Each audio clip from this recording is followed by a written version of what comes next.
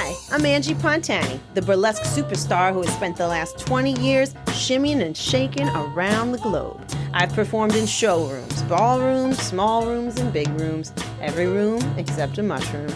Along the way, I've met some amazing people, and I'd like to introduce them to you. Together, we will pull back the curtain to reveal what really happens behind the glitter, feathers, and tassels. So join me for the bump and grind.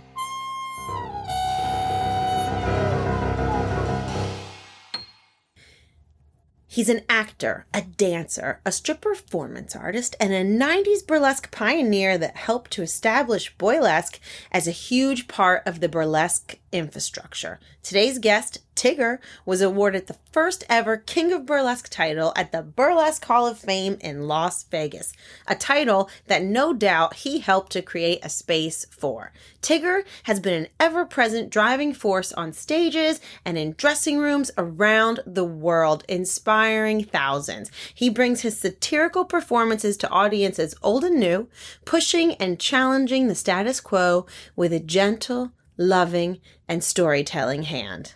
And probably a jump like 5 feet in the air and then he lands in a straddle. He does that too. Welcome to the Bump and Grind, the one and only Tigger. Tigger, how are you? I'm good. How are you? I'm okay. It's lovely to see you. Thank you for being on the Bump and Grind It's wonderful. Today. My pleasure. Delighted to be here, bumping and grinding. So how are you doing? How is your 2020 going so far? It's perfect. It's everything I'd ever hoped for and so much more. Yeah. It's just great. You know? Are you having nothing wrong? Do you have stage withdrawal? Oh my God. So much stage withdrawal. Stage, backstage, which is like my two favorite places. The stage is my altar. I mean, that, you know, Dr. Footlights cures every ailment I've ever had. Yes. And backstage is like my sanctuary.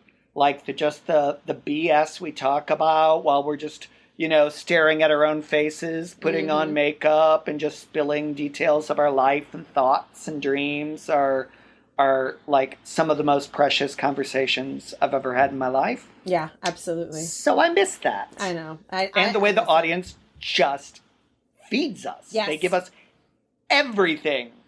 As every performer who's performed for their iPhone knows, it's not as motivating. It's a bit of a different thrill. You need that applause. It is. The energy and the applause, and it's something that certainly can't be substituted. And you have been performing for so long. You've been on stages since like the late 80s, right? Well, I mean, if we count, my first theatrical experience was the Christmas church pageant. Oh! So that would mean that this Christmas I will have been performing on stages and altars, and the stage is my altar, so it's all the same, for 50 years. And what part did you have in the church Christmas pageant? Well, you work your way up. So first, I was a traveler. My first line was James. You just say your Christian name, and, you know, if you don't have one, they give you one really quick. And then you move up to a random shepherd, then to the chorus of angels.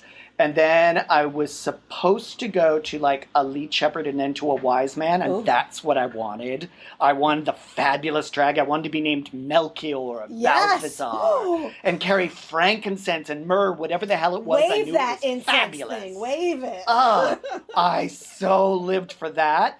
But they jumped me because I was doing like school plays and acting academy stuff and all that. So I skipped a couple grades and they cast me as Joseph. Oh, which would be like the lead, pretty much, except for Jesus. Although it should be Mary, but this was churches in the 70s, so no, it wasn't. Yes. She held her baby doll and looked adoringly and said, "Yes, Joseph," and stuff like that. So, no, I wore like brown burlap and a fake beard and just babbled on. And I was looking at those kings thinking, that should have been me. You write it that wrong, though. You have been writing that wrong for the past 40 years then. Well, thank you.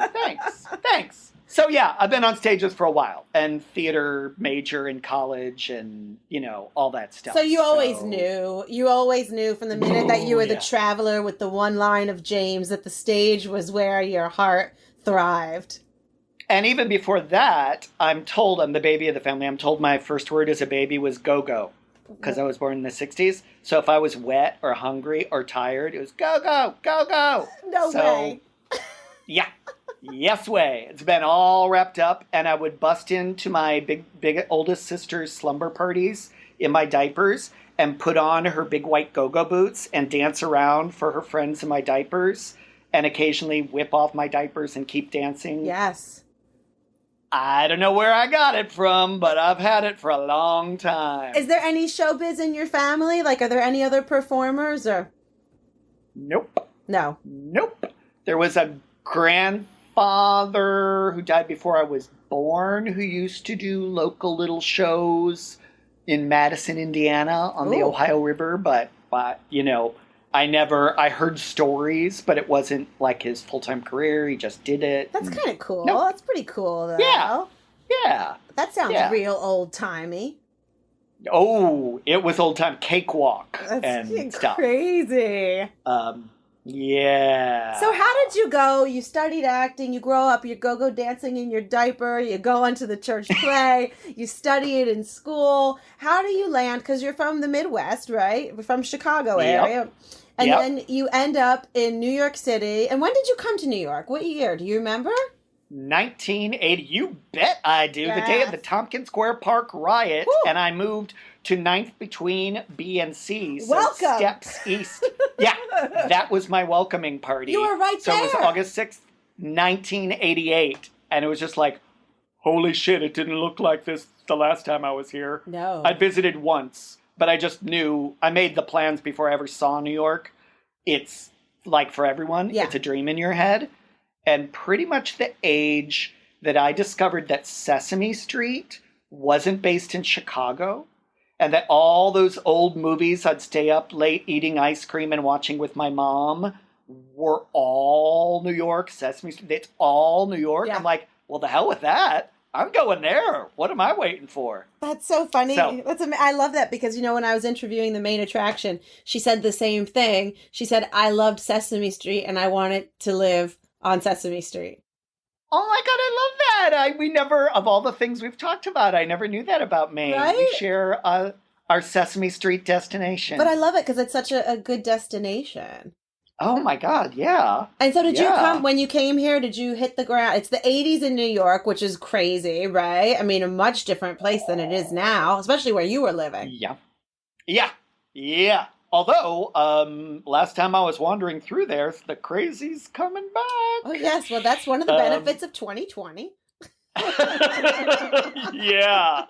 Yeah. I mean, it's a little like anything could happen again. Oh, yeah. Yeah, I pretty much hit the ground running. I worked with a director in college who said, call me as soon as you get here. Don't be an asshole. I'm a big deal. I'll connect you, whatever. He introduced me to some folks who'd also just graduated that he worked with at NYU, and they cast me in their psychosexual downtown underground version of Alice in Wonderland. Ooh. And it was a cast of like 24 NYU grads and me. And I joined the company right away. They became Tiny Mythic Theater Company, and then they went on to open Here Art Center. Oh. And Kristen Marding, who runs Here, was my first director in New York, who I met in August 1988. That's amazing. And so I love that, the first show that you do when you come to New York is like this psychosexual performance. Did you bat an eye at that, or had you always known that you wanted to push the fringes of theater and the stage? Like, this was the way that you wanted. You didn't come here to do Annie. No. Actually, the whole reason I eventually created a burlesque act playing Annie was to exorcise that demon, because I was of the age that every audition I went to as a kid, every girl came in and sang Tomorrow, until I really just couldn't take it. And I said that totally forgetting that act, and now I realize that was probably deep-seated in the back of recess of my brain. Which I did for New York Burlesque Festival. Yes, absolutely. Oh my gosh, that's so funny. because you are some freewheeling curators. Oh, yes. Thank you.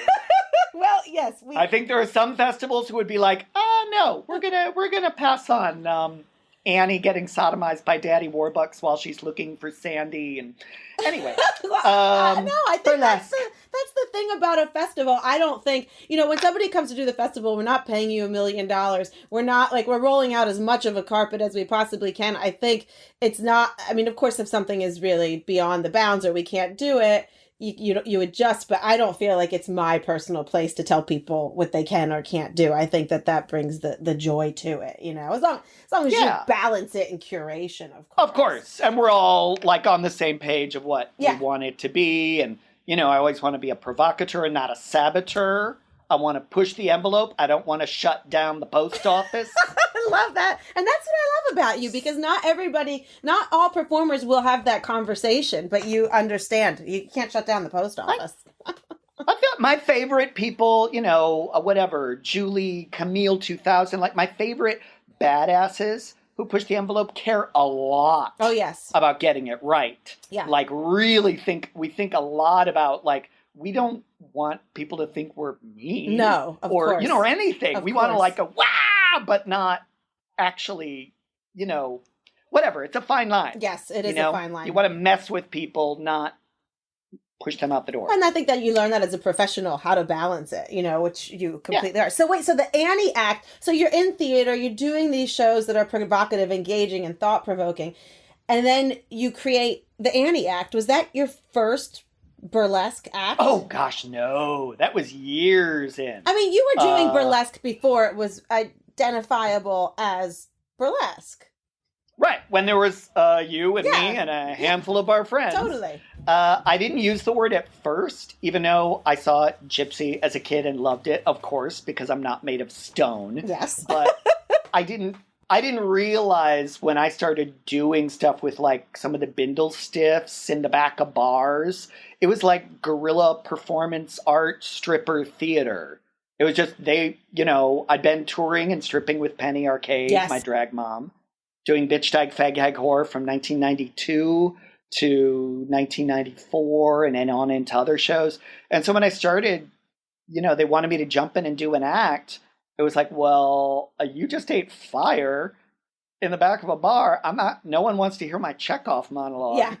So what else can I do? I guess I'll get naked. I know how to do that. So it was really, the idea was making little tasty pieces of something kind of provocative, but funny and a little outrageous and naked, rock and roll, length of one song, go. And I think we all kind of formulated, all formulated similar rules and ways and means to do this thing we thought we were inventing. Yes. All at the same time. Absolutely. But I didn't use the B word because I was like, I'm not a woman. Yeah. I'm not glamorous. My drag stayed pretty punk rock 14th Street dollar store for a long time. And still, maybe not, the sparkliest. Sparkle from the inside. Sparkle from the inside. Thank you. Exactly. So anyway, it just took me a while. I was doing these shows and calling it strip performance art until Selena Vixen started her Red Vixen Burlesque. We were calling it at Blue Angel, it was exotic dance, exotic cabaret. Exotic was a big term. And this is what, Tigger? We're talking 94, 95. Is that where we are here in the times? I was stripping with Penny, 92, 93, that was 94, earlier, 95, for sure. 96. I started doing Red Vixen in end of 97, late 97. And Julie jumped in and did the very first one. We'd already bonded doing theater together, my sister. Yes. We were like, oh my gosh, you do naked performance art? So do I. You do theater? You do dance? You do la la la la la. We're like, we should do stuff. And I was doing this Sinner sideshow and everything with Combustible Kiva and Jennifer Blowdryer. Yes, wow. And, Shelley Baum. Yeah, so many icons of the New York scene in the 90s. Yeah. They just set the stage. And it was total variety show because it had to be, because there weren't enough of us to fill a show, so it was just everything. Yeah. Yeah. So then she came along. She knew me via Penny Arcade, and she came to see the show, and she happened to call it Burlesque, and I was like, oh, yeah, that works. Yeah. I like that. I like that. Okay, yeah. What I'm doing is Burlesque. No, totally. And I also liked. It. Yeah, it took her to say that for me to think it, but then I really liked it also because that made it even more of this female art form, and that was always super intentional. As a faggot growing up in this scary patriarchy, my survival has been, theater performance and badass girlfriends. Like, my girlfriends and my performance life were my lifeline. So there's that I just love it and cherish it, and that's closer to me than other stuff. But I also really was looking at, when I would finish my arty theater shows, I would go see girlfriends stripping at Harmony and Baby Doll and Billy's Topless before it became Billy Stopless. They dropped that. They added that S. All that. That was all that hilarious. Giuliani business. Oh, yeah. Giuliani. God, what a party pooper. An absolute lunatic. Yeah. Which some of us have known for a long time, but people wouldn't listen. Truth. Anyway, yeah, I intentionally wanted to be a man doing a woman's job. And how did that feel for you? Did you have, like, once you said, okay, this is Burlesque, and like you and Julie kind of teamed up and you're doing all these shows, you were, in my memory, which is sometimes cloudy, you were the lone man. I was the only one I knew of until I met Rocky Roulette from San Francisco in 2003. Mm-hmm. So for like almost 10 years. Yeah, and in the New York I just thought there would. Yeah. Yeah.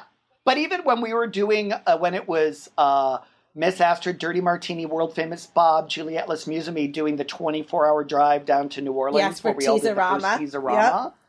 I remember Bob saying oh my gosh, this is so exciting. We're going to go there and Tigger, you'll be the only Boylesque performer. And I was like, that's crazy. There's going to be a bunch. Yeah. Every troupe, at least every city must have. Some guy must have thought, oh my God, I want in on this. No. I want to do this. And there wasn't. No. There were plenty of guys, but they kept their clothes on. They were in suits. They were hosting and making dirty jokes, or they're in the band, or, heaven help me, some of them are holding the checks. Yeah. Thank you, women bosses. Damn. Whatever. So it was, I don't know. It was exciting. Yeah. It was exciting. It was a personal mission for me. I knew I wanted to do it. As a gay man, I always understood that misogyny and homophobia are the exact same hatred. They're two sides of the same coin. Absolutely. If people really respected women, they wouldn't have a problem with men taking on some, whatever.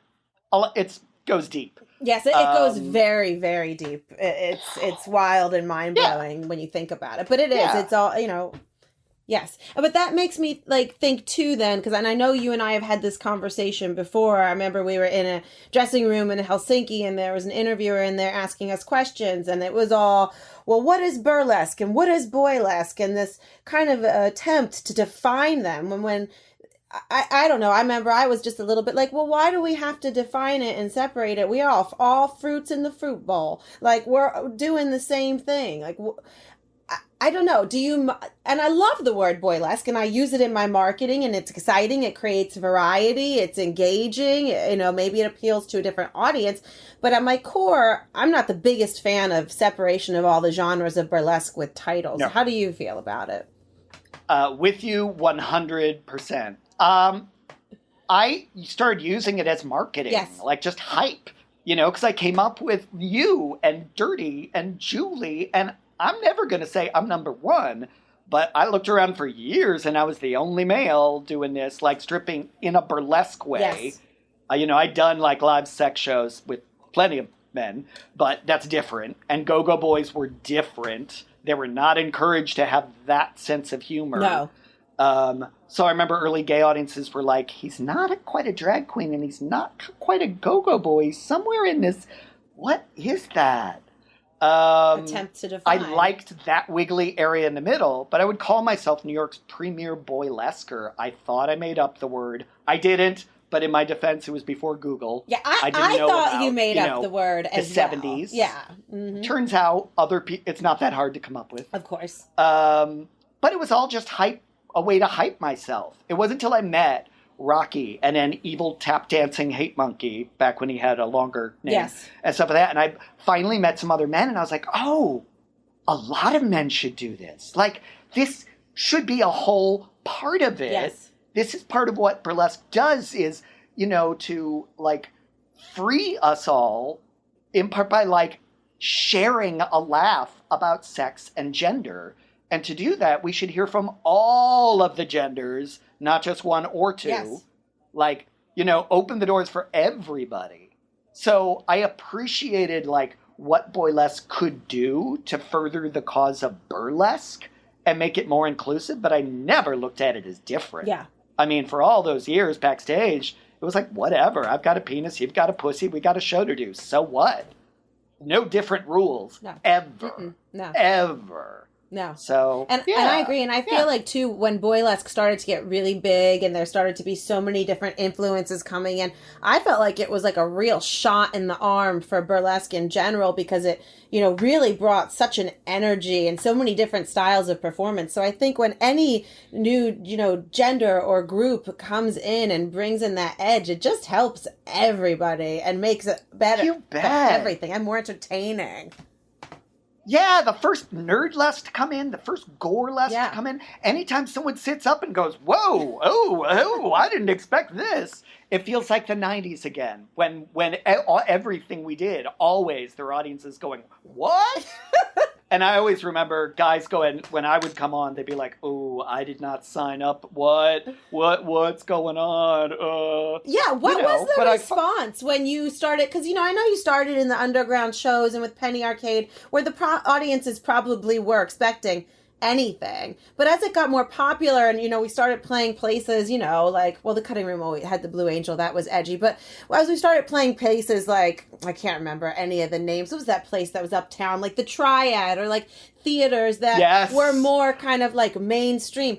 What was the response to you? Like, I remember when Vava Voomra moved to the Triad and I was saying to Kate, girl, this is tough. Mm-hmm. Like, I know we did Times Square, stripping at Show World, where Giuliani said the strippers couldn't strip, but us strippers were stripping because burlesque was a theatrical review. Yes. Because they didn't know. That show was we could fun, say whatever we wanted. That show was fun. So much fun. To be in Show World, it was amazing. But, it was challenging to kind of cross over into these spaces. Sure, but that's part of it. Yeah. It should be. Art is challenging. It doesn't have to be, upsetting necessarily, but if some people are upset, okay. Maybe it was time for that. Yes. Because, as many folks are saying, challenging the patriarchy can be upsetting. Right, and it is appropriate. It is appropriate, and so this is one of the things that I love about you two, right? You like to evoke a strong response from the audience. You like to put out these numbers that people might like, love, hate, be horrified, think, stop, what happened? I don't know, get me a drink. Like, does that make you nervous when you're going out there with something that you are about to rip out the rug, you're pulling the table and pull the tablecloth off, leaving on the dishes? Does it make you nervous or scared? I love it. I am hooked on that. I love that. I mean, for me, when I go to shows, I want to be triggered. It's like, understandably, if you have deep personal trauma, look out for yourself, we're grown-ups, please take care of yourself, etc., etc. But, for practical purposes, I want to be triggered. I'm not done. Yeah.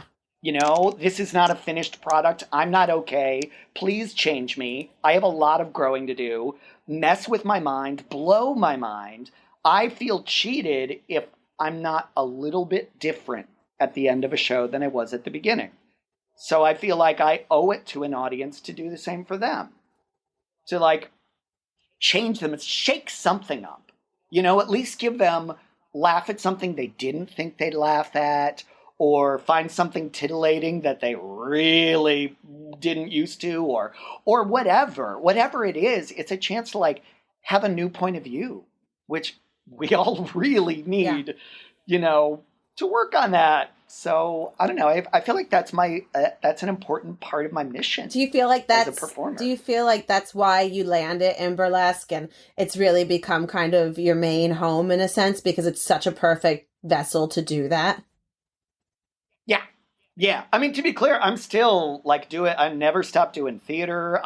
When the quarantine hit, I was in the midst of a run of a play that we were doing with Target Margin Theater in Brooklyn. We were going to be bringing it to Zimbabwe. Wow. I was going to be doing a big theatrical show at BAM last week. I was working on a theater spectacle with this Irish theater company that was going to be happening, in Midtown. I still love all that, but that's like sitting down to a gourmet meal that you take 3 months to prepare. Yes. And burlesque is like wonderful tapas, and I get to pick all the ingredients and do everything. I get to be like the director and the choreographer and the costumer and just conceive, and it's all my fault. Whatever happens, it's all my fault. And that's exciting. I love that. And there's a really collaborative spirit with everyone who's in the show. But when we're out there, it's on us. Like, okay, we're all in the chorus together, but now it's my turn to go be a star, and it's on me. Yes, absolutely. To not let this audience down, to not let the host down, not let this show down. Let's go. And then you just pass the baton in this beautiful relay race. I love it. It is fun. There's like a real community spirit that it has that I think not a lot of other genres in the arts can provide. And just because it is so organic and spontaneous and anything can happen, and you really rely on each other to help each other. We're in like dressing rooms and bars and everything, and it's like we need help. And it's like, and you especially, I've been in so many backstages with you where somebody's like, hey, I need somebody to like throw me my hula hoops. Hey, I need somebody to wave my sail. Hey, I need somebody to walk out and be a cop. And you're always like, I'll do it. Oh yeah, I love that. You don't say no to anything. Well, there's that. That is very true. But it's also from that old community theater spirit, We were all back there like manning the curtain and putting each other together, and like we're all in the same gang. Like, at its most extreme, I find among the people I love, at its most competitive, it's maybe like, if you're touring, you're brought somewhere when there's multiple headliners. And it's like, oh, you're not closing tonight? Oh, they're going to put, Tigger on after me or Dirty after. Like, okay, well, let me give you something to follow, girl. Yeah. And it's not like I'm going to beat you, but it's like, okay, all right, follow this. It just makes you up your game in a beautiful way. And we all want to up each other's game. And, that keeps us, in fighting spirit. Yes. To like have to follow someone who's like really good. Oh yeah. I hate closing shows. And especially festivals. I really realized early on, I was like, I want to go in the middle. I think that's really impressive of you. I do. I think you also you're really cool with your ego too, though. Not all the time, Tigger. To take care of your like brand and your job and your show and like be the star when it's time to be the star. But you are never like, I've never seen you like swinging a dick backstage. No. The metaphorical kind or literal. Well, I've never seen you do that with the metaphorical kind either. Well, thank you. But, and you know what I think, and I think that you can relate to this too, is like, I think it's to get a big ego in burlesque, of course, we're so blessed. We have people who clap for us and love us and send us presents and write us beautiful letters, and we get to, in a normal time, travel around the world. But I also just think we can all, and as you said, we came up together. We've run a lot of the same circuit. We've been on private jets and we've changed in alleys, where it's 30 degrees outside. Sometimes the night after the private jet. Yes! So it's like, build you up, smack you down. Build you up, smack you down. So it's hard to get that And if ego. you think you're amazing, you cross the street for a pack of gum and they don't know what the hell burlesque is, so get over yourself. Totally. So that's what I always say when everybody's like, oh, but this and this. I'm like, oh, come on, girl. I've changed in a toilet with you. Exactly. Yeah. At best, like the best of us are like famous in a fishbowl. Yeah, exactly. So it's easy to like get over yourself. Enjoy the view of the fishbowl, but come on. Yeah. Don't believe your own press release that you probably wrote. Yes. Burlesque. Oh, burlesque. What a great life choice. But I want to talk to you about this too. So I want to kind of flip back to talking about you pushing the boundaries and like, you know, really wanting to shake things up when you get on stage. Because I think it's a funny kind of opposition to your personality as just someone backstage or in the audience. You're always the helper. You're always like sweet and kind. You always do everything in person that's the exact opposite of shake up the soda can. You know what I mean? Like you're the one out on the floor at the Burlesque Hall of Fame when there were no seats for the legends being like, oh, no, I'm going to get these seats for the legend. Like you're... And you. Yes. You and me. Yes. I remember like Bill setting up the chairs and putting on the tablecloths and But I just think it's funny because you are such a sweet and kind and loving person and you always take time to help people. And if there are new performers around, you're kind to them. But then you get up on stage and you like shake up the soda can and you're like... That's like all my favorite badasses really care about being nice people. There's a time and a place to like really push through and be an animal, and there's time to be a damn human being. Yeah. And you just, you know when to do it. And you mentioned Julie before, and I agree with you. And I've actually said this about the both of you before. Your performances can be so wild and crazy, and you don't know what's going to happen. But you're also like, you know, for myself as a producer, we've talked before the festival. I'm like, okay, so we, you know, BB King's is not playing around. We have to be careful. We can't do certain things. And you guys are always like, okay, yes. And there are some people who are like, well, I can't do that. That's part of my act. And I'm like, well, then you can't perform on the stage. Because if we get fined or shut down from BB King's, you're going to kill the New York Burlesque Festival. Like, you have to kind of roll with the ball a little bit. Yeah, absolutely. And you guys were great in, hopefully I can safely say this, we would have conversations because it did happen the very first New York Burlesque Festival. I swear I was doing Tawny and my cocksock flew off in flying split, which has only ever happened to me twice that I can remember. Yes. Where it actually flew off and it was like, oops. And it became a thing. And it's something I often would do at Slippery Room or Coney Island because you can. But it became a thing, but I would just sort of like check in like what's the temperature? Yes. And it's like, okay, so we can agree that we never had this conversation and I'll just do whatever I'll do versus no. And that shifts. No, and you have to have a conversation. That was everywhere. Oh, yeah. Especially Julie and I both have a reputation for full frontal, among other things. And because a penis is a great punchline. Mm-hmm. I can't resist a punchline.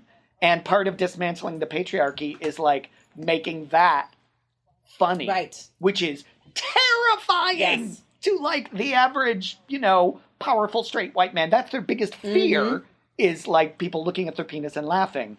And I'm saying, no, it's okay. They're hilarious. They're ridiculous. They're amazing. And they're idiotic. Come on. They're absurd. Yeah. Let's laugh. No, totally. Defuse that bomb. Well, you do that a lot, though, because even when we did the run of Burlescapades at the Soho Playhouse, and we sat down and we said, okay, we want to bring back all these skits and all these like baggy pants, slapstick, goofy burlesque skits from back in the olden times. And I remember we all came over to my house and had dinner, and you said, well, we have to take this and turn it all on its ear, though. We have to switch all of these, socially like ingrained gender roles and make the joke on the guy for once and not on the girl who's just like, what? And you really inspired the whole rewrite of that whole show. Well, thank you. It's true. Thanks. You were such a huge part of that show. You brought your theatrical powers. Oh, I loved working on that. And you gave me that fabulous Hortense monologue that I rewrote for Tawny. Oh my God, that's right. And whenever there's a show that allows for an extended 5-minute intro monologue, which isn't often, but sometimes it's great, I give it to them. It's like, if you want the full length, Tawny, Angie hooked me up with some good old material that I rewrote. There's some really strong bones in that old material if you can stick your fangs in it and kind of rewrite it, which you totally did with Hortense. And then just flip it so you're definitely punching up and whatever. I want to talk about Tawny. Because I Yeah. think Tawny is one of my favorite acts of yours. And what I love about it is I think that it evokes like the Lydia Thompson era of this Victorian style burlesque. And if people don't know, like Lydia is accredited with bringing burlesque to America, but the British burlesque was all about this spoken satire and these puns and, you know, little jokes that these women would be presenting on stage in drag. And this was the introduction of burlesque to America. And it's great if you just Google Lydia, there's great stuff. But so this number, Tawny, was Tawny inspired by that, or is that just a coincidence? She was inspired by so many things. Primarily, she started as a Valentine to what we used to lovingly call tranny trash, but I'll stop that now. But, you know, there were, you know, and that's what they called themselves, because, you know, if you sat down and had a drink with the ladies, they would tell you what to call them. Anyway, it was a Valentine to them that wandered, you know, were clopping down in amazing heels, those cobblestone streets of the meatpacking district, back when it really knew how to pack the meat. You know, and like just crazy street life in the East Village in Alphabet City back when there was some wild people out there. And it was already, I created Tawny in 2000. And by then it was already changing. And it was a Valentine to them. But then it was also, of course, drawing on that old, I wanted the kind of clown who could get angry in a way that I'm not comfortable getting angry. And who could like bray out the awful truth about what's happening in a way that would be hard coming from me. But often I've created, after 9/11, I made a disastrous act responding to, Julie and I created an act about our grief that was a very sincere salute to the rescue workers. And then I created an act dealing with my rage, because the writing was on the wall where we were going, and you know, how it would be an excuse to whatever. We don't need to reach bad stuff. Yes. And we knew it. And it just didn't work. And I went home with that failure, which is always very educational, and felt like I need to address this, and I just can't do it. One, it's too raw, coming from Tigger, who's a person there. And then I already had Tawny. I'd been doing her, and I was like, what if I gave it to her? Because eventually, because I'm an actor, I create these characters and I have a stable of them. Oh. So, you know, I eventually will farm out an old Bacchus act, and it's like, oh, it doesn't work like that. What if I give it to Father McTigger and make it about transubstantiation? So what if I give this rage about what's happening in America, and especially in New York, to Tawny? And then that became my I happen to like New York, and then I would gradually rage about other things. But that all stems from 9/11 and my love and rage and fear for the New York that means so much to me. And she can go where I can't. So she didn't start with that monologue. You added it to her? No, it was her original one, was the I Who Have Nothing, which is what I put the Hortense into. Mm-hmm. But when I start talking about New York and clapping the apple titties together, that came after 9/11. That was whatever. My responding Valentine and warning to New York. No, well, I love it because I just think it's so now, and especially then, but still relevant now, unfortunately. But it's just so evocative of that classic style. Like, I know the presentation is different, but it's Gypsy Rose Lee in a sense. Like, of course. I grew up listening to old-time radio with my dad. So, like, I was raised listening to Jack Benny is, like, a huge influence on... Oh, my God, he's amazing. Subtler than I usually do, but wow, he's so good. Burns and Allen, like, all that, which was... They were burlesque and vaudeville comics. Absolutely. And when the strippers couldn't transfer over to radio for certain reasons and TV for other reasons... Except for Gypsy Rose Lee, very few could. They kept going, but they had that. And when I first told my parents I was doing burlesque, I know right away they just did a quick adjustment and were like, oh, like Abbott and Costello. Yay! That's so sweet, though. So your family was totally cool with it. Yeah. I've always been since I was in a place that I had the independence to do it, I've been very full disclosure. I don't necessarily, flip through every picture of me, but they saw programs from Bitch Tag Fag Hag Whore. They knew I was stripping. My dad didn't live to see me strip because it took me a while to bring the show to Chicago. Yeah. It was years of working with Michelle Lamore around the world before she was like, "Hey, Tigger, when you come see your family, would you ever want to do a show too, or is that off the table?" And I was like, "Oh, I never think to pack makeup when I go home, just because it's just about seeing my family. It wasn't like they can't." So the first few times I performed for the Michelle Lamore show, my family would reserve a row of the theater. It would be 12 reservations for my nieces and nephews. And, they knew all the stories from way back and now they could see it. That's amazing. So Did great. You get extra nervous? Yeah. You get extra nervous when your family comes? No, I don't. I think I'm nervous if something... I've been nervous in theater when a show really isn't ready, which can happen. Absolutely. A lot. I've done some shows where I've jumped in replacing an actor 1 week before opening night and had to learn a Taylor Mack script, or I jumped into a Target Margin thing and we were going to Spoleto Festival, and my first full run through without stops was for the opening night audience. But Burlesque has been great for that. I was going to say, it's a good training. Because stuff goes wrong. It loosens you up. Everything we were saying about backstage stepping over beer crates and assorted smells and stains and whatever, and pinning each other in with something that just busted and your music started. All the stuff we do, and the music stops in the middle, and we've been through all of those things. It's been. I think it's really helped me in theater. It's loosened me up. Oh yeah, I think it helps. So that you all across the opening board. performance. That opening performance at Spoleto Festival, this was just a year and a half ago, and I'm doing this elaborate show based on 1001 Nights, and I have so much in my head that I've got to try to remember really intricate. Ooh. It was 5 of us always on stage playing all the roles, and 1001 Nights is a story within a story within a story within a story within a story, and it's a lot to keep track of, and moving a chair here, not here, Oh my God. And in my opening speech, while balancing in an arabesque on a bench and dry ice is coming out, it set off the fire alarm. And I suddenly exhaled. I was like, oh, things are fucked up. Okay. And I just said, let's hear it for live theater, where anything can happen. And people laughed. And it's like, okay, we've acknowledged that we're all in a room and anything can happen. That could be a fuck up. That could be thrilling. It could be your favorite fuck up ever of your life.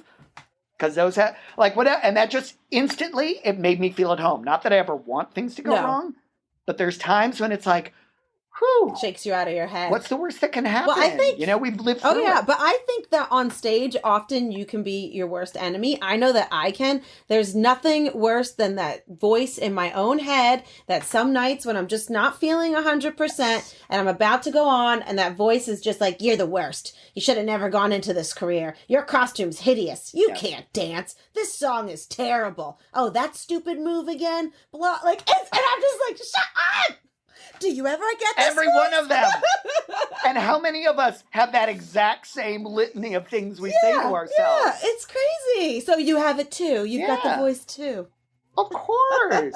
Of course. But that's my last thing before I go on stage. Every time it's like, first of all, there's a reason why they call it play and not work.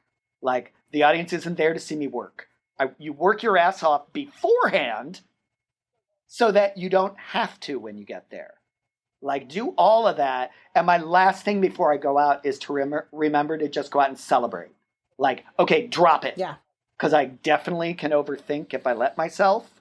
And it's stop it. And just shut up that part of my brain. Let's go celebrate. Let's find out what happens. Yeah. And there's times I'll go out and give myself a specific challenge. Let's see if Tawny can be a little looser in this part. I'm going to take out this piece of choreography and see what happens. Not in a big way. I still have my structure, keep the scaffolding, but it's like, let me take out this Jenga brick and see what I do there. Yeah, for sure. And that can just keep me like really on my toes and make it really immediate. And I think that's a smart thing too, because it's like, I know for myself and you too, it's like some of the numbers we do, I refer to them as like, it's like Bon Jovi doing Living on a Prayer. Like I've been doing numbers that are almost 20 years old. And when you know it so well, sometimes I get on stage and I have a hard time just getting in connection with the audience because I'm just in my head like, oh, la-di-da, this is this move. Yeah. So that's a really smart thing to just kind of mix it up a little bit and not be too precious to cling to your choreography or your markers and stuff like that. And you find new stuff. It's exciting. And yeah, definitely. Father McTigger and Gender Surrender are both 23 years old. I mean, they've been drinking age for a couple years already. Yeah, so it's been really helpful. And even like when you have those wonderful, weird little things like Starshine Burlesque used to do it, Rafifi Slipper Room has always done, Coney Island has always done. I know you guys are open to it, but I sometimes feel like New York Burlesque Festival, I want to give a little more finish. I'll challenge myself to find ways to like mess with it. Have the surprise of my husband at the end of the Bride Act or whatever when Marriage Equality came. Find little things to make boop. But for those shows that can be looser than that, sometimes I'll just like, okay, let's do Father McTigger to a different song. I mean, not for the first time on stage, but I'll give myself a couple days to like, let's play with this. Can this, and some won't fit, but I'll do the exact choreography, everything that was built on Spirit in the Sky. But that, I did it for a Starshine to Like a Virgin, and I'm like, that feels different. It's fun. And I realized as much as all my characters are pretty gay, because it's me, it's like, oh, now he's really a queen. Like, just change the music, and it's like, oh. It's gone next level. Wow. No, that's so funny. Yeah. I was at a show once, and they played the wrong song for me. And, like, literally the curtain was opening, and the DJ was like, oh, my God. And I was like, just play it. Because now they're not going to be like, here's Angie Pontani. I start to open the curtain, and I'm going to close it. I'm like, just freaking play it. We can't do a false start. And I went out, and I actually had so much fun because I was like, I can't be held accountable for what happens here. So I just freaking let loose, and I had such a good time. And I was like, I gotta shake it up a little bit more often.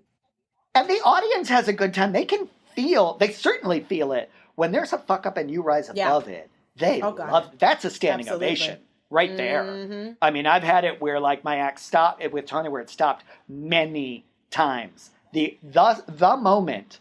It was at La Mama that there's the most famous example in my famous. Yes, it's famous.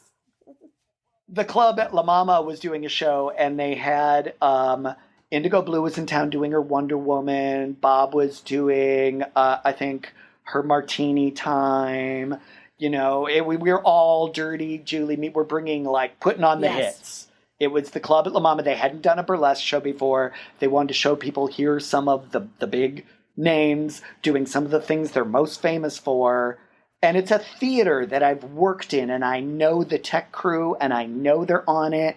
And, we tech things, and it was fine. And in the moment, and Tony's lip syncing, so you can't even, that's a prison. You can't break out. That's hard and fast. You don't break that. And in the moment that she runs through the audience, I ran out. He can take you any place he wants to fancy clubs and restaurants, but I can only watch you with my nose pressed up against the window pane. It's Get Back. He can take you any place he wants. And you're in it, and you just start lip syncing because you hear it, and you're in that groove where my lips will do what I hear. But I had to run back out through them. And I couldn't stop and say, I'd already taken some clothes out. I couldn't even try a do-over, which you never wanna, but it just wouldn't even work. Stop, let me put together my tattered raincoat and find my monkey, whatever. So I had no choice, and the torn slip dress and everything, I had to just keep running through. Oh my God. And it kept going, I don't know, 5 times? 1,000? I don't know. It felt like a million years. And I could roll my eyes clean out of my head, God knows. But I had to keep running out. And at first the audience thinks this, they're going to assume it's meant to happen until they get, wait a minute, I don't think this is.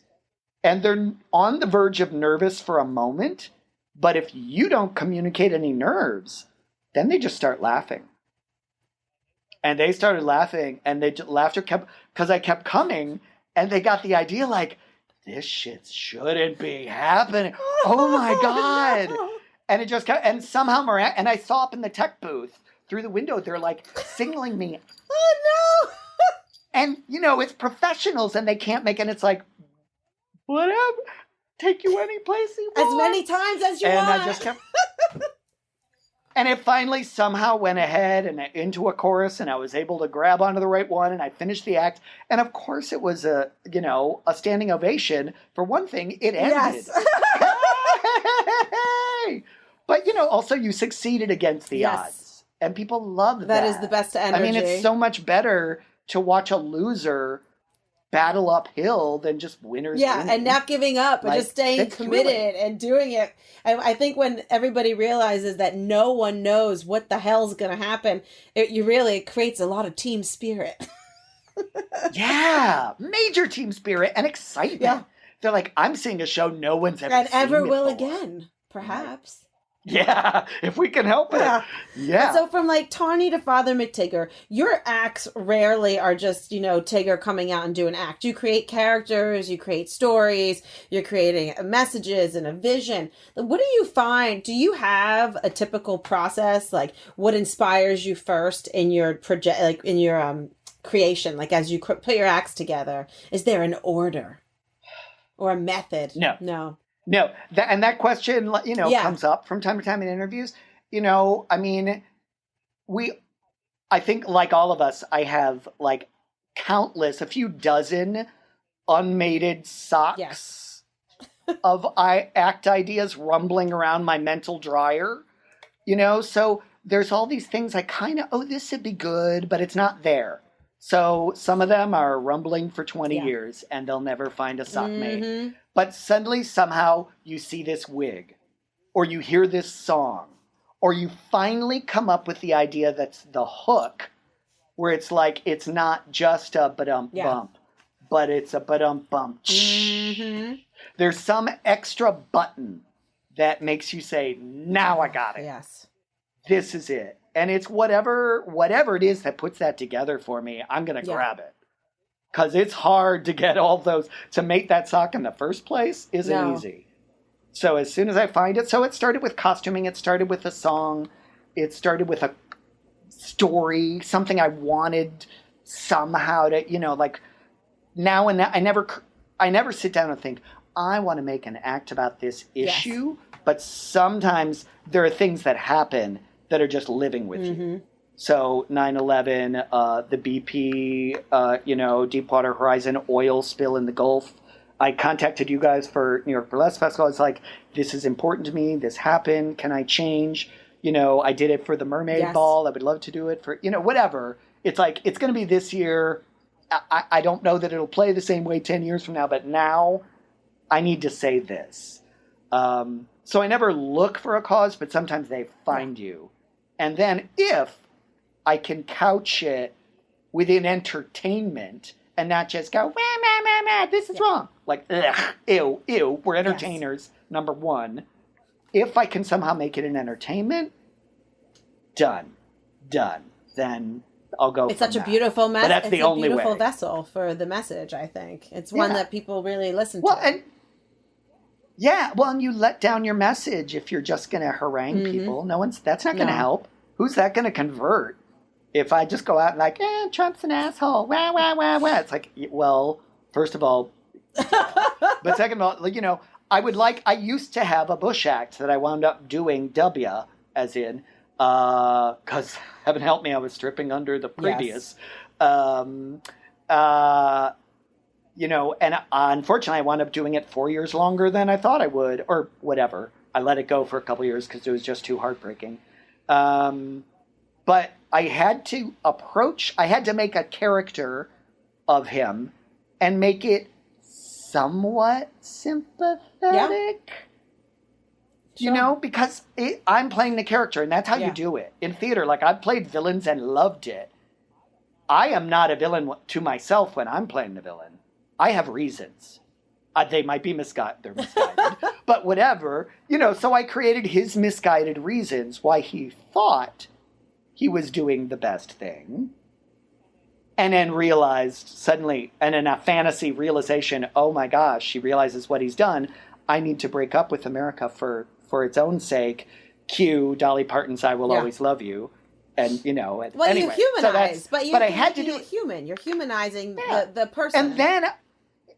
Exactly. And then I actually had conversations with people who had voted for him afterward. They would talk to me after, instead of just like, fuck you, man, and walking out. They would actually say, I don't think we agree on a lot of things, but I appreciate that you didn't, whatever. And I don't know. most people think. Whatever. You could somehow, it's a possibility. Like, because that's another huge mission. We're there to open doors. Well, entertain people, number one. And open some doors in whatever way and make it fun. Absolutely. It's one of the rare careers where we can absolutely do both. So do you like, we've been doing this for a long time, been through several presidents. Do you ever hope to be through some more very soon? Please. As I put on more of my RBG drag. Tigger's wearing RBG drag and it's looking really good. I love it. Thank you. And shout out to my lovely friend Viva Ruiz. Is Viva making these? Thank God for Abortion fan. He's standing himself with a Thank God for Abortion fan. I love Viva. Viva was an amazing activist and former Dazzle dancer, which were amazing. So much fun. One of us. God, I love it. We stripped together like in 1995. I think we started stripping together. Yeah, Viva's been around. She's come up with us as well. So, like, being around for so long, being in the business for so long, do you get burlesque burnout? Are you ever like, F this? Take this glitter out of my bag. Yes, sort of. Not on like F the whole thing, but F what I'm gonna bring to it right now. And I step away and I dive into another theater project. It's nice to have that. I go back to one of those gourmet meals that takes forever, so I can come back and be really thrilled for topics. Yes. And really miss come back fresh and new. And if I'm not in that situation and I've lined up my gigs and they're there, then it's a matter of just switching them out. If I haven't prearranged, it's like, I loved Tawny, has been so good to me. She is super dear to my heart. She's had plenty of workouts lately. I'm going to give her a rest. Maybe I'll bring Tigger the traumatized clown this time. Or, like that, just to try to like, what character could use a little exercise? Who should come out? Who might be nice for this place? Anytime I go to, playing like France, Portugal, Brazil, Chile, big Catholic countries, I gotta bring Father Of course McTigger you do. for one. Gotta. I just can't Have you ever resist. done that in Italy? Yeah. How was that? How'd that go? I did Father McTigger in Rome for Mica Club in Rome. I actually brought Gender Surrender and Father McTigger, and then someone happened to see me. It was February 2011, and I was doing the show with Dirty Martini and Catherine Delish and Joe Boobs and Scarlett James, and someone happened to see me and recommended me for Gay Village that summer, which is this huge outdoor festival based on seeing Father McTigger's queer satire of the Catholic Church. They're like, oh, we should get him. So they brought me there to do that. And it's this big outdoor stage, and it's like multiple little restaurants and stages and drag queens and whatever, all kinds of things going on outdoors, but just, shouting distance from the Vatican. Holy crap. I got to pick from this gorgeous retinue of Italian dancing boys. That day I got to pick my altar boy. Because I brought that too, because I was like, I'm going to bring it all. Yeah, you have to. So I had those, and I was actually also bringing my bride, because I wanted to keep hitting those things, my runaway bride, which was a response to marriage equality issues. And at the last minute, I did it, and brought all those. You make the arrangements, with the producer in advance. They've seen the video. You talk about all the details. Is this okay? What about this? Is this, especially when if you're walking the line, can I push the envelope to here? Is that okay? Great. So we worked that out. It was all cool. It was tech time, and tech was running late, as it does. And in Italy, extra late. That, yep. Yes, know. Absolutely. This is absolute fact. Yes. And so I was like, you know what? I trust you guys. You're professionals. I'll just do it. Why don't I just do it? You see it and light it accordingly. Okay. Oops. The owners of the festival, not the producer, but the owners happened to be there, who were also gay. And they saw me do the bride, who, spoiler alert, marries a dildo. That's hidden in her bouquet and stuff like that, and she deep throats it and seems to insert it theater magic. I reserve the right to know when I actually do and when I don't, but there are places where I know damn well I won't, because I'll have to be able to say I didn't. Anyway, suddenly it's backstage and the audience is being seated, and a messenger comes, because it's always a messenger, never the owner. And they say, please, your bride, no dildo, no dildo. And I was like, I'm sorry to unturn what you were saying before, but really with this one, I was like, I would gladly accommodate you, but this is central to the act. That's what she's marrying. That's it wouldn't make any sense otherwise. She has to run away to somewhere to be free to marry who she loves, and it happens to be a dildo. That's the... Get it? And they're like, but no, there are children. And I'm like, yeah, well, you let the children into gay village where there's some filthy, dirty drag queens talking. I heard them. And how did those children get here?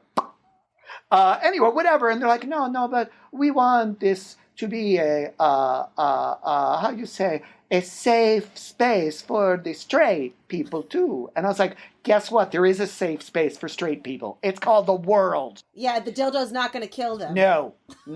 And they get the entire world. I get a gay village. Yes. Let me have this little outdoor stage. Did you do it? What happened? I had the producer on the phone, but I mean, the audience was there. I had the producer on the phone, and she had to go take care of a sick family member. And it was after she left that the wheels went in motion. And she's like, I'm so sorry. I tried calling them, but they're not budging. It's like, you know what? I brought an extra act. So I was commissioned to do 2, and I was going to do Father McTigger's solo into the priest-altar boy love duet as a suite, which I'll sometimes do. And it was like, okay, I guess I'll separate them. So, I mean, I went on, they got their show, and, everything happened. But I just thought it was hilarious that they let me, pull a rosary out of my ass. But the dildo is just too much. In the shadow of the Vatican. Yeah. But a dildo can't go in. Well, there's children there. Which doesn't go in. Doesn't go in. Whatever. So, blasphemy, great! But no common dildo. Sense is not so Anyway, common. whatever. Hey, whatever. Your Italian accent. I tripped a wire, stepped on a Your Italian landmine. accent is very good, Tigger. I have to say, it's excellent. Grazie mille. Prego. So you are the first crowned king of Boylesque at Exotic World, the Burlesque Hall of Fame. I am. What year did that happen? What year was that? 2006. And it was the first time they ever had the title. Did you have something to do in the creation of the title? So I'm told. I was not in the room, because I was a competitor who hadn't been there yet. But it was my dream, definitely to go. I met Dixie, as we all did, at Teaserama in 2001 in New Orleans, and was just... She came out dancing. She, was auctioning off a Gypsy Rose Lee gown. She spoke to us all. She did a little shimmy. She was in the dressing room with us all, in this big communal dressing room. Hi! Yes! Who's not going to fall in love? And, and Luke and Laura were, showing us, video from the desert. I go into their apartment on Bleecker, and and I was like, oh my God, I'm so going. And Dirty, was going and I was like, oh, okay, so you got to, fly, and then you get a car and you drive out in the desert. I'm not good for deserts and sunburn. God, no. My people, whatever. And I was nervous about it, and she's like, we'll work it out. It'll be fine. And they kept nudging us. And Julie and I promised in 2005 we'd go. Then I got cast in a 2-man play that opened the next week. And my director wouldn't release me. So I never made it out to Hellendale, sadly, despite my promises to Dirty and Bob and Rhinestone Debbie and everybody, and Dixie, whatever. So I was like, that's it. Next year, we didn't know the next year would be Vegas. But I said, I promise you, I will not accept a play. And that's what I've done all my life. I won't even accept a play. This is a pilgrimage. I need to make it. I initially was hoping to perform, but I knew I couldn't compete for Miss Exotic World, and that's whatever. Gender schmender, okay, whatever. I just want to get on the stage. Just let me on the stage. And then then we got word about all these little changes, and they made a category for men. And I think probably the way both of us heard it right away was like, Rocky and Tigger, Tigger and Rocky. I mean, yeah. East Coast, West Coast showdown. And we were buddies, and I'm sure we were both told, they made this for you. Like, this is why. Like, they decided, I guess it's time. We should make a little space for that. Which was thrilling. And it was great that we were both there.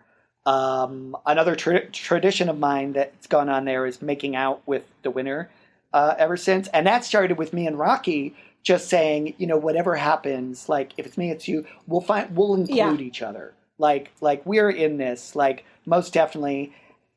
None of us planned anything, but he'd won the costume award. And, the superlatives came first when they announced mine. And I won it.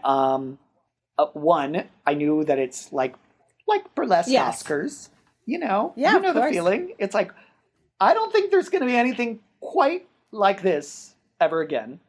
So I had to take a quick moment to say, even though speeches weren't the norm, I'm a talker, something along the lines of like, the woman in me thanks and loves and celebrates the faggot in all of you. I love my life and I love my family on stage, backstage, and here in the audience. Whatever. Something like that. Short and sweet. Boom. And then I saw Rocky, so I just jumped on him and made out with him. He's straight, but he's from San Francisco. It's whatever. Very make-outable. Yeah. And that just became a whatever, kind of taking the piss out of a pompous thing and making it friendly and communal and a little dirty and silly. Was it literally just you two competing against each other that first year? No, there were six of us. I'm trying to think. There were six of us. Sexy Mark Brown from Toronto, skin tight, out of sight. Hot. Albert Cadabra got a slot, but he decided he couldn't afford it, and it went to alternate. Rose Wood competed, which was really thrilling. She won most exotic move. Yes, I'm sure. It was. It was really, and this wonderful guy who I'd never met before and never seen since, Wade, and Dizzy Swank took the alternate. Wow. He did that like axe thing or something.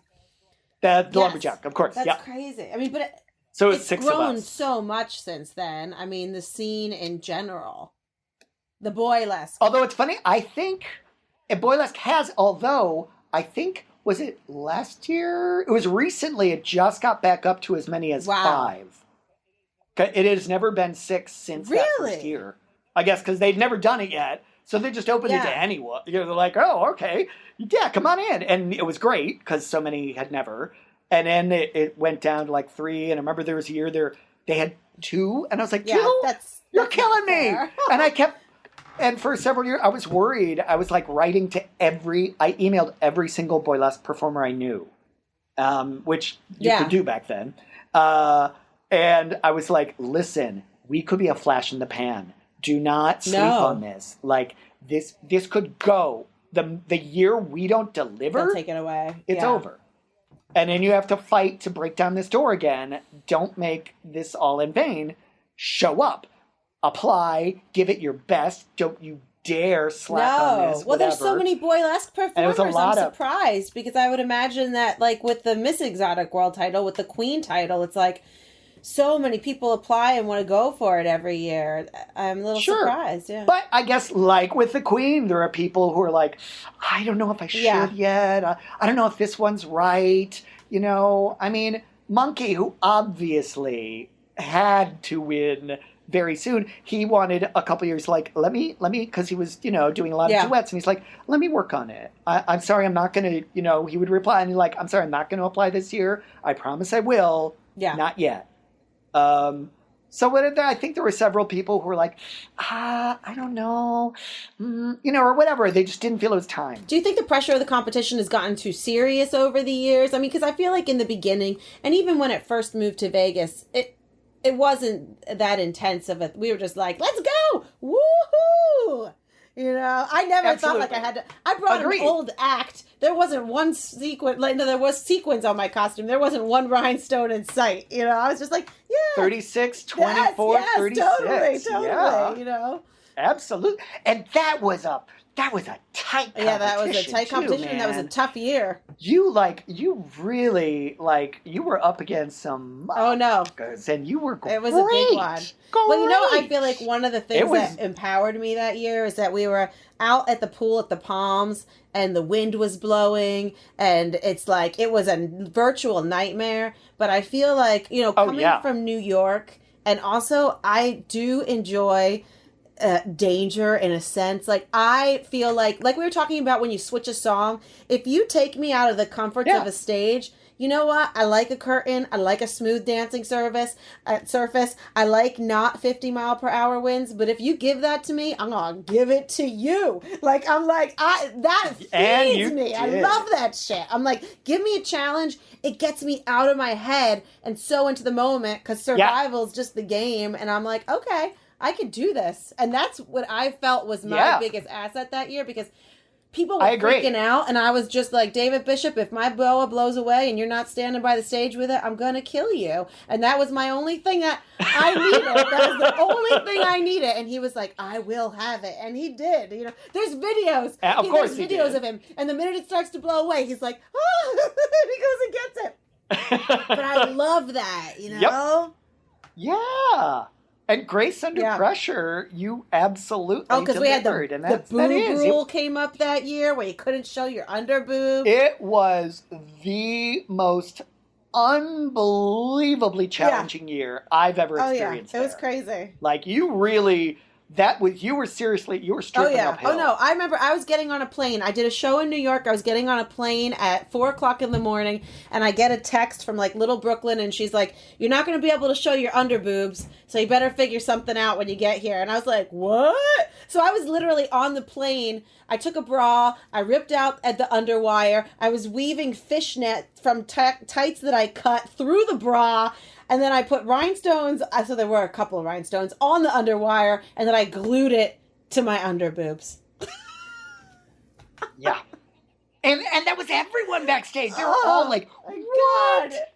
Because I did the Thursday night show that year up in Ghost Bar, and that's when, which was tiny or whatever. Yes. But that's when I guess they must have seen some, catastrophic, nitroglycerin underboob. What might happen? Die. The fate of America. Yeah.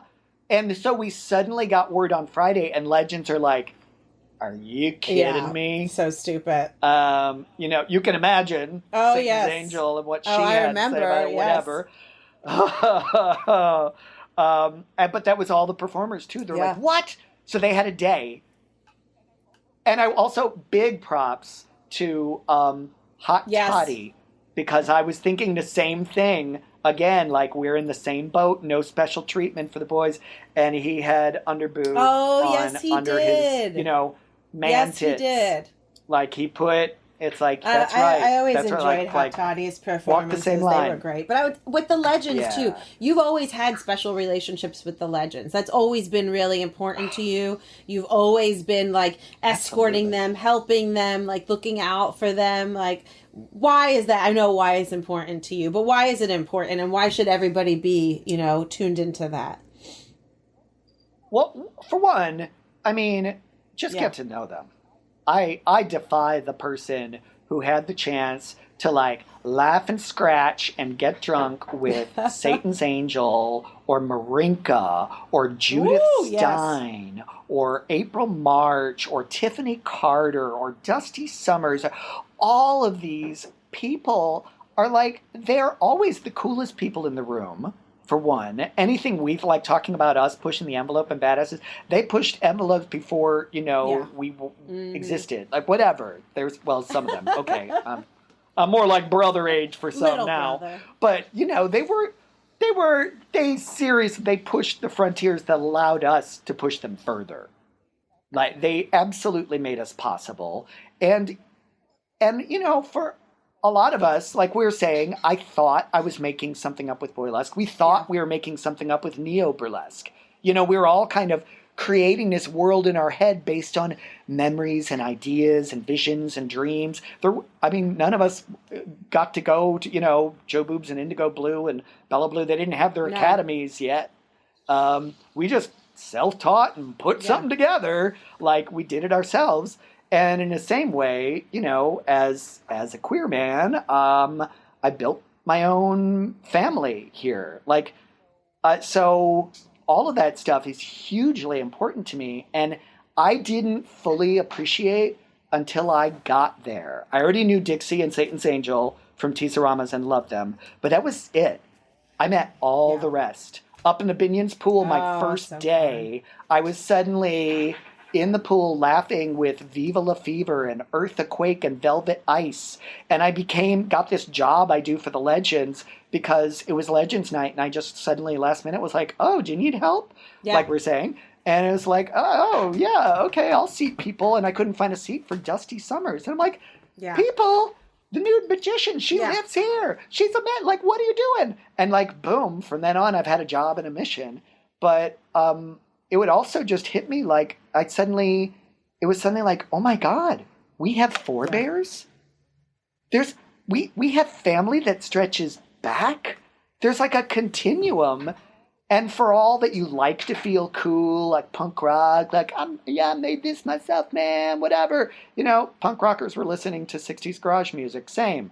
Like, us punk rockers came from something, and it feels beautiful to meet them and be able to be with them and perform for them and have them perform for you and be able to like share secrets and gossip. I love watching the shows with them. Oh, that's the best. Because they hold nothing back. No, at all. And they'll critique you as well if you're brave enough to ask. Yes. Yeah, with love, but hell, they figure you didn't come to me for strokes. That's to let those other people do that. It's a gift to have those relationships, though. But then I think, too, with you, it's like you talk about forebears. Like, you're known as the Godfather of Burlesque. Like, I was with you in Helsinki, where you were like a walking Adonis. They did a whole tribute act to you with a whole Boylesque troupe that, like, dropped their little loincloths to spell out Tigger. And it was just, like, I had a tear in my eye sitting there, seeing how much. And I didn't know. It was beautiful. And I didn't know because I was backstage. I found out at the end of the night. You didn't even see it from the side. Like, people showed me pictures. Because I was in the way that stage worked. You couldn't watch from the side. We entered from upstage center. Gosh. I couldn't see any of it because they were facing the audience. It was dirty, and I was sitting out there watching it. Oh, you missed it. I found out later, and that was the most beautiful. I sure did later. I was like, what are you people? Oh my God. Yeah, this whole tribute to you spawned a movement. I wasn't alone. That was also thrilling. With the Legends, I got to meet Tony Midnight, and through Tony Midnight, I got to meet Bick Carroll, and there finally was someone older than me up on stage at Burlesque Hall of Fame, and that took which were Boylesque performers from like the 60s and the 70s, right? Yeah. And there was, and they were doing it in Paris in the 30s. And, come on, there was the pansy craze. How many of them were doing a lot of the, shtick absolutely. I do? But we didn't know. We have this hidden history. It's like unearthing, the burlesque stars of color. And at first, they were hard to come by. But once you start presenting them, you start finding there's more and more. And, so it's just a joy to be able to help unearth that hidden history, and we all just try to do what we do. Like, okay, this is my place in history. Let me kick open some doors. Connecting all the dots to make a beautiful portrait that has all of us within it. Yeah. Aww. Exactly. What would you like to see change, Tigger? What would you like to see change or grow within the genre? so much as I love it. One, I really want live back. I am super impressed with what everyone's doing with video and all that stuff like that. I really am. But I swear there's not, I have learned I am such a collaborative artist, even for my solos. I just get fed off of being there with other live performers and seeing their solo and thinking, oh, wait a minute, I know what I'm going to go home and do, or, you know, or whatever. And like, and the audience tells me when my shit's not working, you know, I get a sense of how I'm doing and just trying to imagine that into the little tiny square on my iPhone, just powers of imagination. But they're not as good as I thought they were, because nothing like the real thing. Ain't nothing like the real thing. So I would love that to come back whenever it's safe to do so, and not until then. And everyone who's figured out ingenious little pop-ups and distance things, awesome. Go, innovators. I love it. But, you know, meantime, that's tricky. More and more inclusive. It was so thrilling to be able to, you know, crown, whatever, to see Lou Henry Hoover win Best Boylesque, to have a drag king take it, because it's all performance. It's ludicrous that there's Best Actor and Best Actress Oscars. I mean, it's acting. But at the same time, it's also showbiz. So I get it. More show, more categories. Great. Then let's have more categories. And let's let each one of those have as expansive a definition as possible. Let's please have the broadest possible understanding of what Boylesque is. And enough with like gatekeepers, because I think for a while it was hard for brilliant performers like Waxy Moon to get in. That's another reason I think why it was smaller numbers for a little while there, because the people doing the prejudging were trying to wrap their head around, they'd seen like me and Rocky and not a lot of others. And it's like, well, I don't know, is that Boylesque? Oh, Paris Original, who's like the most stunning dancer with the most incredible female inspired energy, kind of. But Paris is Paris. Like, don't, you know, don't put in a box. You know, Moscato Ecstatica is whatever category they say they are. The them fatale. You know, I mean, Rosewood did Boylesque for 2 years and then stopped because it kind of was breaking her heart, and it wasn't, you know, but she just, like all of us, she's like, I just went on the damn stage. I didn't get in from this. I got in for this. I want to do my show. But, you know, like, let just keep opening, you know, opening more doors. Surprise me, trigger me, keep challenging me. Those are my wish I love lists. it, Tigger, and I love you, and I'm so thankful. I love you, and I'm so happy that we had this chat, and I can't wait to see you in the 3D and give you a big kiss and a big hug. Thank you, Tigger. Thank you. I love you. I love you. And vote, baby, vote, baby, yes. vote. I hope you enjoyed my chat with Tigger. Be sure to keep up with him on Instagram at Tiggerlesque. That's TIGGERLESQUE. And you know where to find me at Angie Pontani. Please take a minute to follow, subscribe, like, and leave a review wherever you stream The Bump and Grind.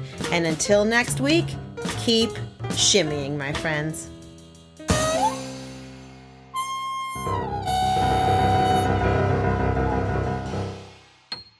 This has been a Giant Panda King production. You can find us at giantpandaking.com and on Instagram at giantpandaking.